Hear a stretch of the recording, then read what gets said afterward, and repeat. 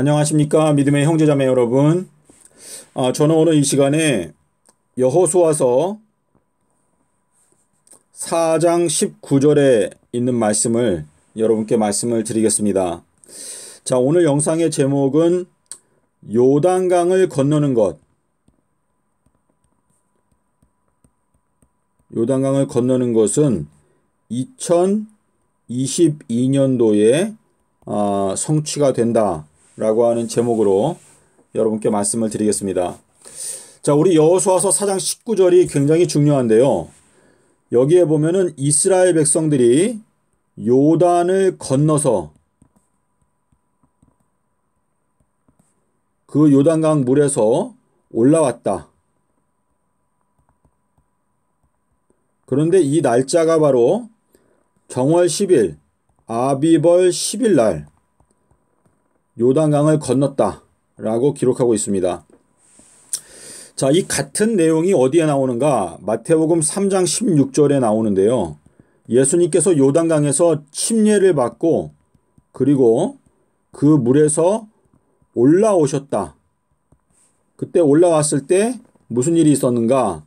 비둘기 모양의 성령이 예수님께 임했다라고 기록하고 있습니다. 자, 지금 요단에서 침례를 받고 물에서 올라왔다라고 하는 이 표현은 저희가 모세를 생각해 보겠습니다. 아기 모세가 이 어린아이들은 남자를 낳게 되면 무조건 다 죽여라 라고 바로가 명령을 내렸을 때 이 아기 모세를 살리기 위해서 이 모세의 부모가 그 갈대 상자, 이 갈대 상자는 원어를 보면은 방주라고 되어 있는데요. 이 갈대 상자에 아기 모세를 눕혀서 이제 아기를 구하기 위해서 노력을 했을 때 아기가 생명을 보존하게 되었는데, 이 물에서 올라왔다라고 하는 것은 방주를 탔다라고 하는 의미, 그 멸망의 물결을 거슬러서 올라왔다라고 하는 의미가 여기에 들어있는데, 예수님께서 30세, 만 30세가 완전히 지난 다음에 예수님께서 물침례를 받으셨습니다. 자, 이것은 요나의 표적을 보여주고 있는 것인데, 예수님께서 30세가 지난 후에 물침례를 받으셨고, 그리고 3년이 완전히 지나간 후에 예수님께서 피의 침례를 받으셨습니다. 그리고 3일이 완전히 지나간 후에 예수님께서 생명의 왕으로 올라오셨습니다. 그리고 이제 3000년이 완전히 지나간 후에 예수님께서는 예루살렘 왕, 살렘 왕으로 이제 통치하시게 될 것인데, 이러한 과정의 하나가 바로 30세가 지난 후에 물침례를 받으셨다라고 하는 것에서 저희가 확인할 수가 있는데요. 자, 지금 우리가 아비벌 10일에 대해서 잠깐 생각해 보겠습니다. 아비벌 10일은 출애굽기 12장 3절에 보시면 너희 각 사람이 아비벌 10일 날 양을 선택하라 라고 말했습니다. 자, 양은 대속물인데요. 이 대속물을 선택했다라고 하는 것은 그 대속물을 선택한 그날 아담과 하와가 범죄했다는 것을 뜻합니다. 자, 이 대속물에 관한 것은 마가복음 10장 45절에 보시면 인자가 온 것은 자기의 목숨을 많은 사람의 대속물로 주기 위해서 오셨다라고 기록하셨는데, 지금 이 아비벌 10일에 대해서 우리가 성경에 보면 시편에 보면은 시편금, 또 10줄 비파, 이러한 표현들이 나오는데요. 자, 아비벌 10일과 그리고 가을에 가면은 7월 10일 대속제일이 있죠. 이 10일이라고 하는 요 숫자가 이 성경의 범죄의 비밀을 푸는 열쇠인데, 이 아비벌 10일은 아담과 하와가 범죄한 날짜를 상징적으로 나타내는 날짜입니다. 지금 창세기 2장 17절에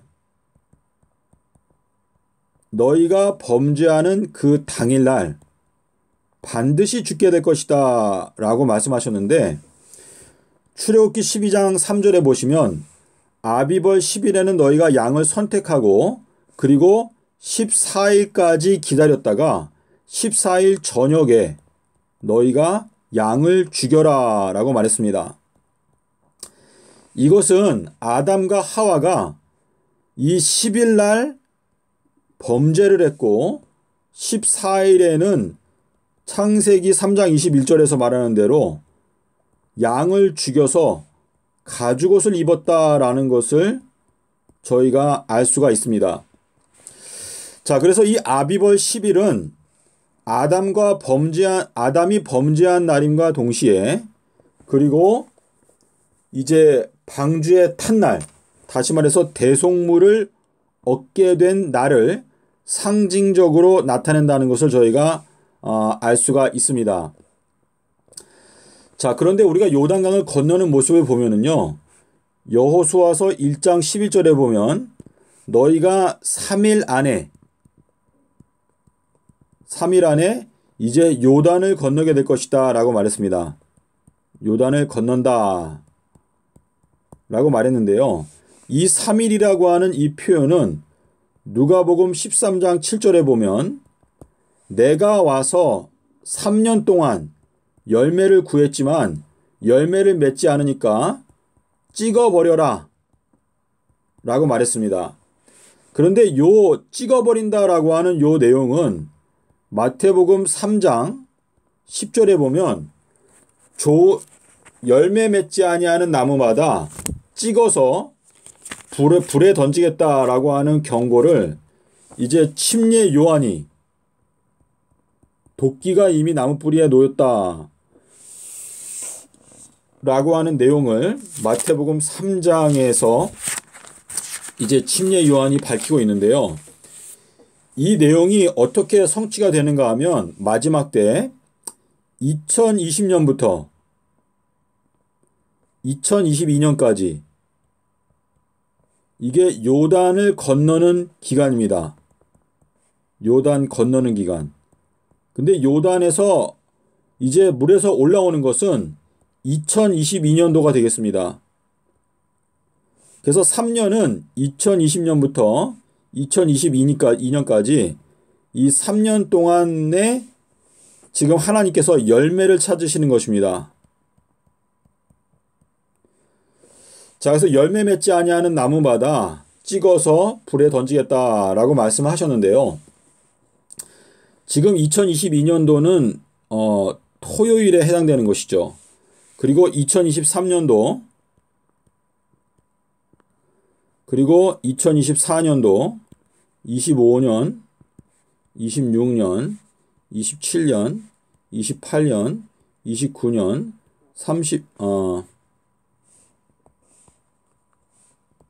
29년, 그리고 2030년.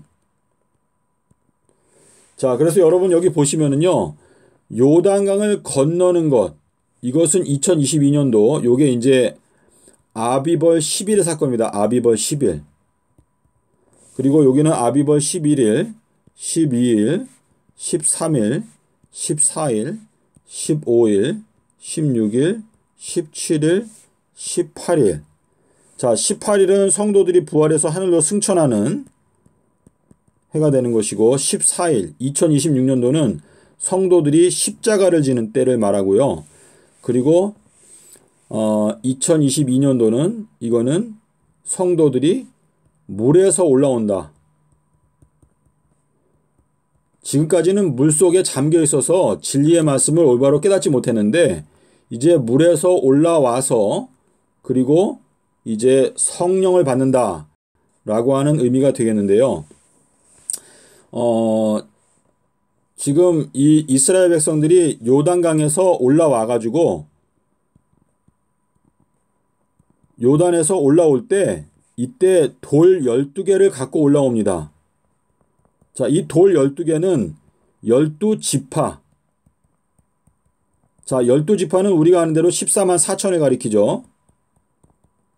자, 그래서 요단에서 올라올 때 돌 12개를 가지고 올라온다라고 하는 이야기가 여호수아서에 이제 설명이 되어 있습니다. 그래서 여호수아서 4장에 여러분께서 보시면은요,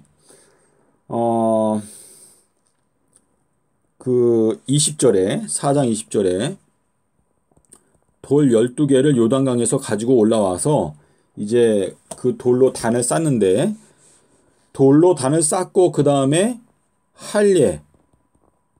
할례를 행하고 그 다음에 이제 유월절을 지킵니다. 자, 이것이 어떻게 되는가?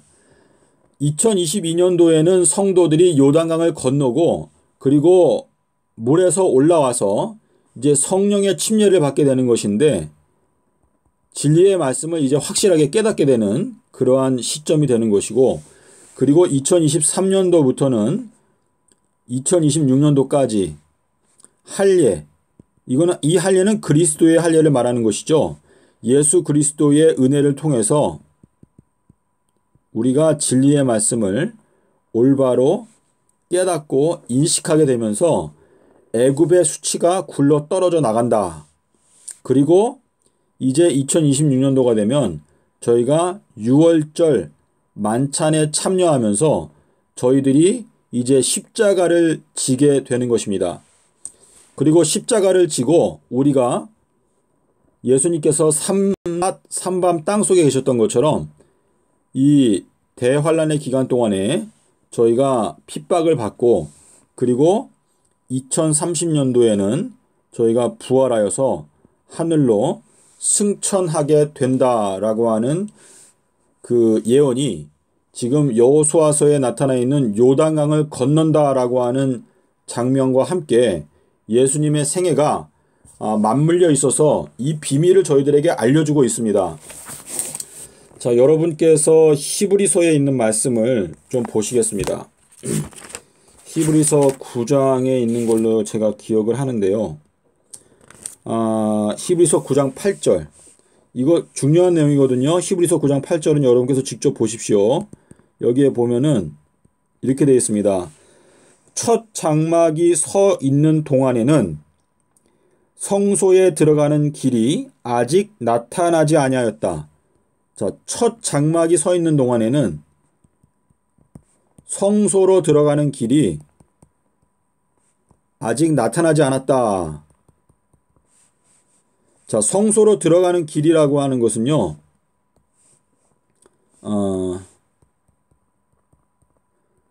자, 대제사장이 지성소에 들어가서 그 하나님의 존전 앞에 서는 것, 이제 그것은 결국은 우리 성도들의 구원을 가리키는 것인데, 지금 여기에서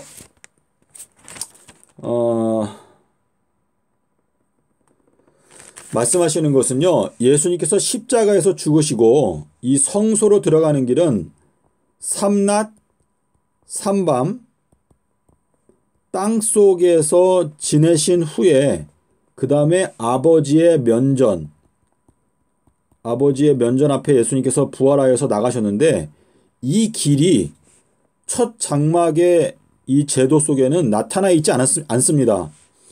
그런데 예수님께서 십자가에서 죽으시고 땅속에서 삼낮 삼밤 지내시면서 이 성소로 들어가는 길이 나타나게 된 것입니다. 그래서 이 내용이 우리가 히브리서 10장 20절에 보시면은요, 그 길은 휘장 가운데로 열어놓으신 새롭고 산 길이다. 자, 이 삼낮 삼밤 땅속이라고 하는 이 길은 새로운 길이다. 자, 우리가 새 노래를 불러야 된다라고 말했는데, 이 새로운 길을 예수님께서 휘장 가운데 열어 놓으셨다라고 기록하고 있습니다. 자, 그래서 믿음의 형제자매 여러분, 지금 제가 여기 위에 도표를 그렸는데요. 2020년부터 2030년까지는 예수님께서 구체적으로 이 예언을 공개해 놓으셨습니다. 그래서 2020년부터 2022년은 예수님께서 열매를 찾는 시간입니다. 열매. 회개에 합당한 열매를 맺어라. 열매를 찾는데 열매 중에서 이거는 이제 푸른 열매. 푸른 무화과 열매는 아가서 2장 12절에 가시면 이제 나오는데요. 푸른 무화과 열매는 2023년도부터 2029년도까지 이제 그 열매가 익을 수 있는 기회가 있습니다.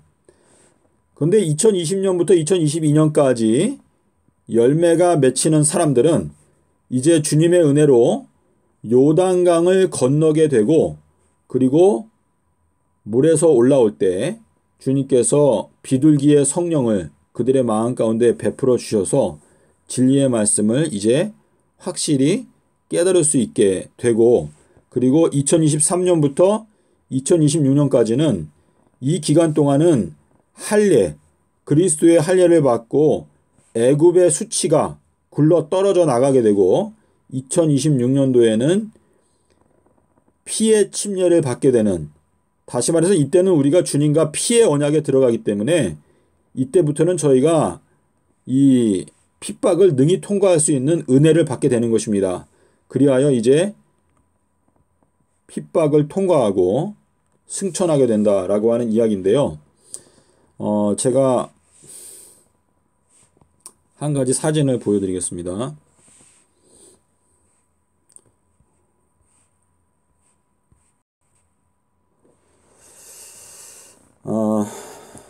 자, 요거를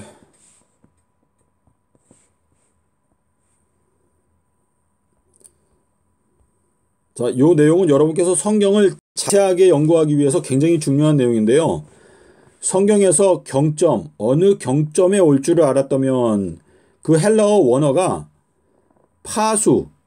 파수라고 하는 단어와 같고, 그리고 감옥이라고 하는 단어와 같습니다. 그래서 경점, 파수, 감옥, 이거는 다 같은 헬라어 단어인데 이것을 기억하고 성경을 연구하시면 굉장히 유익을 얻을 수 있습니다. 그래서 1경, 2경, 3경, 4경에 이제 인자가 온다라고 하는 이제 의미가 되는데, 그거는 저물 때였는지 밤중이었는지 닭이 울 때였는지 새벽이었는지 너희가 알지 못한다라고 하는 말씀으로 예수님께서 반복해서 말씀하셨고, 그리고 사도행전 12장에 가면 여기에 보면 첫 번째 파수를 지나고 두 번째 파수를 지났을 때 철문이 열리고 도성으로 갔다. 이것이 이제 베드로의 경험인데요. 이것이 앞으로 어떻게 성취가 되는가? 첫 번째 1경은 3년. 자, 3년 동안 주님께서 오셔가지고 열매를 찾으시는 내용이 2022년까지 되는 것이고, 이게 누가복음 13장 7절입니다. 그리고 이제 둘째 파수는 2026년까지가 되겠습니다. 그리고 철문은 42달. 이 철이라고 하는 요 단어가 이제 1270일을 가리키는데, 요 2029년까지, 그리고 2030년에 성도들이 승천하게 됩니다. 믿음의 형제 자매 여러분, 제가 그렇게 시원하게 여러분께 설명을 드리지 못한 것 같은데요.